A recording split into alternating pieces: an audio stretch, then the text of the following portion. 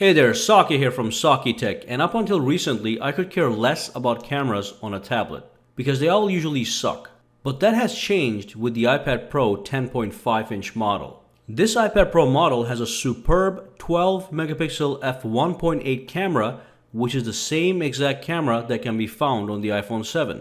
And iPhone 7, without a doubt, has one of the best smartphone cameras in the world today. As such, it is essential to understand everything it is capable of, so let's dive in and discover all the tips, tricks, and features required to be known to master the camera. Let's dive in. Alright, so let's launch the camera and take a look at the basic interface really quick, just to be safe. So here's the camera, and then as you can see, we have a bunch of buttons on the top over here. This one on the top is you can turn on and off the live photos feature. So let's turn that off for now. And then over here, if you tap this, it expands up and you can actually enable, disable, or set the HDR to auto, which is what I recommend. And of course, we also have a timer ability. So if you tap that, you can choose a timer between 3 seconds and 10 seconds. And if you tap this, you can turn the flash on and off or set it to auto. And if you tap that button, it's going to switch the camera from the rear camera to the front camera.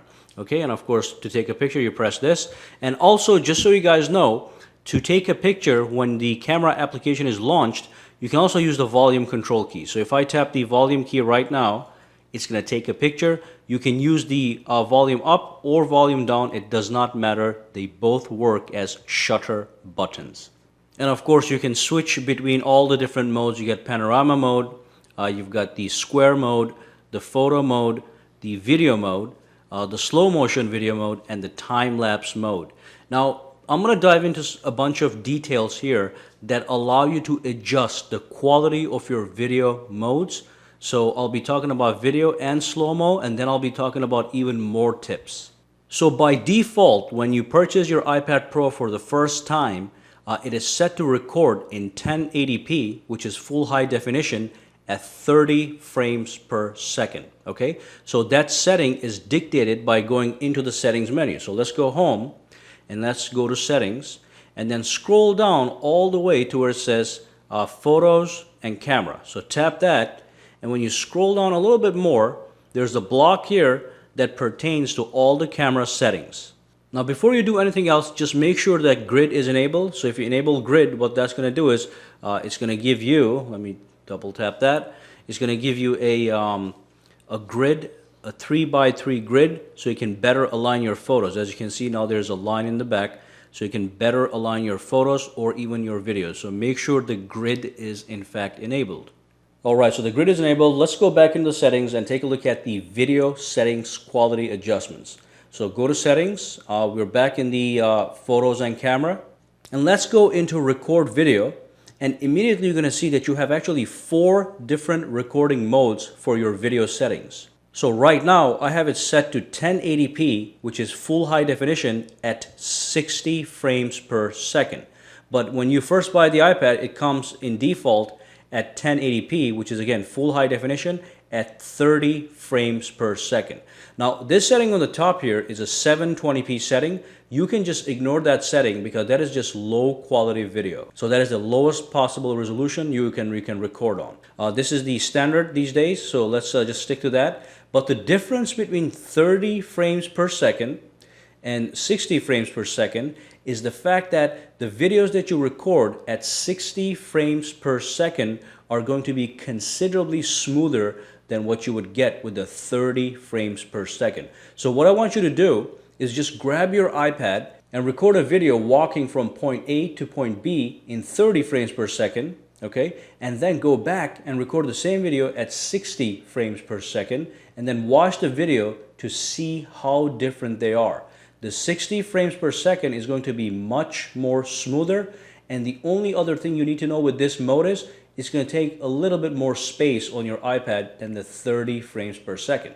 And of course, clearly your iPad is capable of recording at 4K at 30 frames per second, which is a great standard. So you can tap that and now it's going to record at 4K. Now let me show you something really quick. As you can see, I just chose 4K. So when I go back into the camera, let me go back into the camera. If I scroll over to the video, and if I look on the top here, it actually says 4K in a little square box. So you will know if you're recording in 4K or not. And the other thing, let me go back here to the settings. Let's go to 1080p at 30 frames per second. If I go back out to the camera, that 4K has disappeared and there's nothing there. If you see nothing there, you should know that by default it is recording at 30 frames per second at 1080p. And then finally, if I go back in here and go to 60 frames per second for 1080p, and if I go back into the camera, you'll see on the top here, it's going to say high definition and it's going to say 60. So that does mean it's 1080p at 60 frames per second. So that is how you track exactly what is happening on your iPad. All right, so those are the 4 different modes for video recording, and you should be aware of them all. Obviously, 4K is the highest setting. It's going to give you the most crispy video, but nothing compares to 1080p at 60 frames per second. It's a smooth and stable and a beautiful video. Now, when I scroll over to slow motion, it's the same story. In the slow motion, I can change the modes. If you look in the top here, it says high definition, it says 120. So that means this is being recorded at 1080p at 120 frames per second. So that's going to be slow motion video. But if I go back into the same settings that I was just in, if I go back, I can choose the record slow-mo button. And from here, you again see that you have 2 options. You have 1080p high definition at 120 frames per second or 720p high definition at 240 frames per second. If you choose this and go back into the camera, you'll see that on the top, the indicator is not going to show anything, so that you know that you're at 240 frames per second. Now, what's the difference? With the 720p at 240 frames per second, you can create even slower motion video. Okay, so the number makes all the difference. That number, 240 FPS, makes all the difference.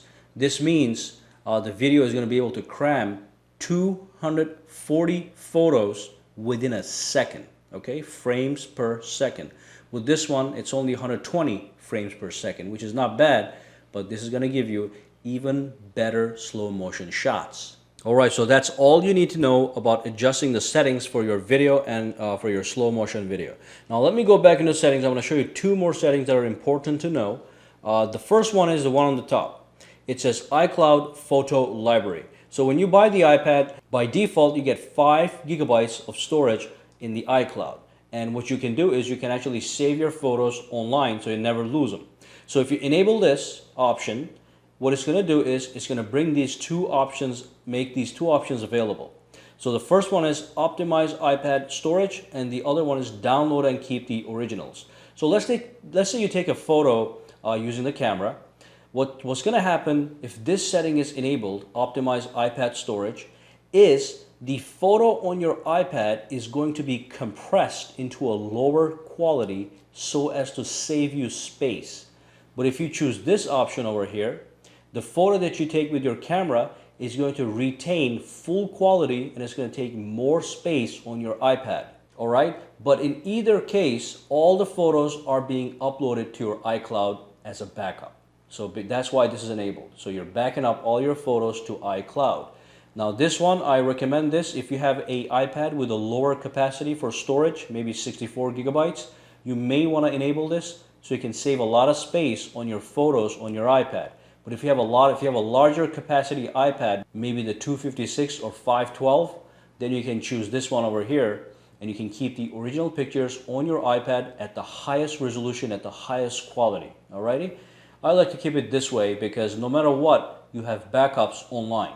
So that's the first option. And of course, if you don't want to create backups, if you don't want your photos to go online to iCloud, just disable it, okay? It's going to ask you, would you like to remove all the photos from your iPad right now, or would you like to download the photos and videos? And at the same time, disable uploading to the iCloud, all right? Some people use their iCloud space for other things. So that's setting number 1. And if you scroll down all the way at the bottom, it says keep normal photo. So this actually pertains to high dynamic range. Now HDR, so with the HDR, when you take a photo, what happens in the background is, let me just go back to the camera really quick, over here, and there's the HDR, just enable this. So what happens if I take a photo right now, in HDR mode, it actually is going to take 3 different photos and it's going to stitch them together to get me the best result. And when you have this option enabled here, it also happens to keep the normal photo. So this is the normal photo, is the photo without HDR. So if I go back to the camera over here and I take a picture, what just happened was it kept the normal photo and also saved the HDR quality photo. So if I go back out here, this one says on the top, it says HDR. If I scroll over, this is the same photo but without the HDR badge. It says live but no HDR. If I scroll over, this one says live but it says HDR. Okay, so this photo gets saved automatically. Now let me go back here. Let me just disable this for a minute. Okay, and let me go back to the camera. Let me just move this phone just a little bit so you guys can see that it's a different photo. Now if I take another photo right now with HDR enabled, and if I click take a photo, let me go back here. Let me go back into the gallery, and as you can see, there's only one picture and it's HDR because I disabled the keep normal photo option. Okay, so just something to be aware of. Let's go back out. And that's basically the end of this video. Hopefully now you will be able to better utilize the fantastic camera on your iPad Pro. Alright, so make sure to subscribe to Saki Tech and give this video a thumbs up. And do not forget to follow me on Twitter and Instagram at Saki Tech Online. Guys, have a fantastic day.